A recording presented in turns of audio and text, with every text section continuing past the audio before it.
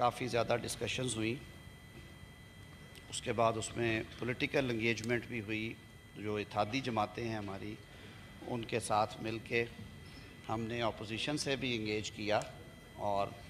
Opposition benches سے جمعیت علماء اسلام پاکستان نے اور دوسری جماعتوں سے ہم نے جب اس کو تھریڈ بیئر ڈسکس کیا تو فائنلی ایک مسودے پہ اتحادی جماعتوں کا اور جمعیت علماء اسلام پاکستان کا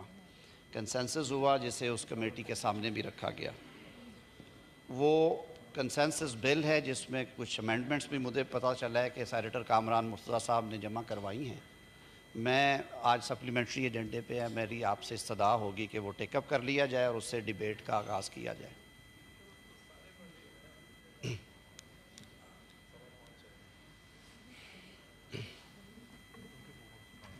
اس پہ اپنے سپلیمنٹری آرڈرز میں کوئی وہ موو کروا لیں۔ جی ہم نے بھجوایا ہے جی، منسٹری نے جی۔ It's I think the order number 3B.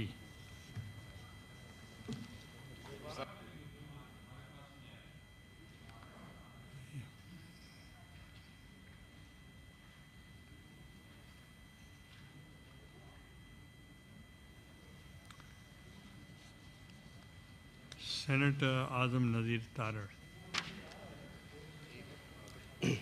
جناب chairman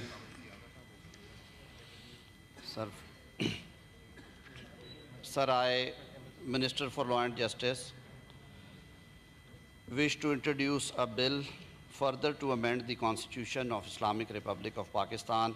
the Constitution 26th Amendment Bill 2024. Is it opposed? آپ کچھ بات کرنا چاہیں گے؟ جی میں ذرا پہلے تھوڑا آگاہ کر دوں جی، تو اس کے بعد جیسے سر میں گزارش کر رہا تھا کہ اوور دا ایئر یہ بات مختلف طبقات کے حوالے سے اور مختلف سیگمنٹ سے آ رہی تھی کہ جو ججز کی اپوائنٹمنٹ کی کمیٹی ہے اس کا قادر پہ ذرا دو آرڈر ان دا ہاؤس کہ اعلیٰ عدلیہ میں ججز کے تقرری کے طریقہ کار کو 18ویں آئینی ترمیم کے ذریعے تبدیل کیا گیا، اور اس میں پارلیمان نے بڑی محنت کے بعد اور بہت زیادہ غور و خوض کے بعد ایک ایسا طریقہ کار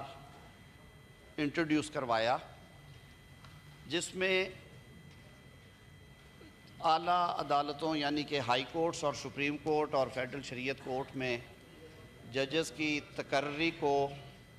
شفاف بنایا جائے اور میرٹ بیسڈ ہو۔ اس کمیشن کی تشکیل اس طرح سے کی گئی کہ اس میں ریلیونٹ سٹیک ہولڈرز ہوں، اور اس کے بعد وزیر اعظم اور صدر نے اپنا اختیار چھوڑ کے پارلیمان کو دیا کہ جوڈیشل کمیشن آف پاکستان، جس میں اوریجنلی سپریم کورٹ کے چیف جسٹس اور 2 جج صاحبان تھے، اور جس میں پاکستان بار کونسل کا نمائندہ تھا، جس میں وزیر قانون اور اٹارنی جنرل تھے، وہ ٹیکنیکل سائیڈ کے لوگ وہاں پہ کمیشن میں بیٹھ کے کینڈیڈیٹس کے کریڈینشلز کو سامنے رکھ کے بحث مباحثے کے بعد ان کی نامینیشنز کو فائنل کریں، اور پھر وہ ریکمینڈ کریں ٹو دی پارلیمنٹری کمیٹی، جس میں اپوزیشن اور ٹریری بینچز کو برابر کی نمائندگی دی گئی۔ جناب چیئرمین، اس پارلیمانی کمیٹی کو یہ اختیار دیا گیا تھا کہ وہ کسی نامینیشن کو واپس بھیج سکتی ہے، اس کو ریجیکٹ بھی کر سکتی ہے، لیکن اسی دوران ایک درخواست دائر کروائی جاتی ہے سپریم کورٹ آف پاکستان میں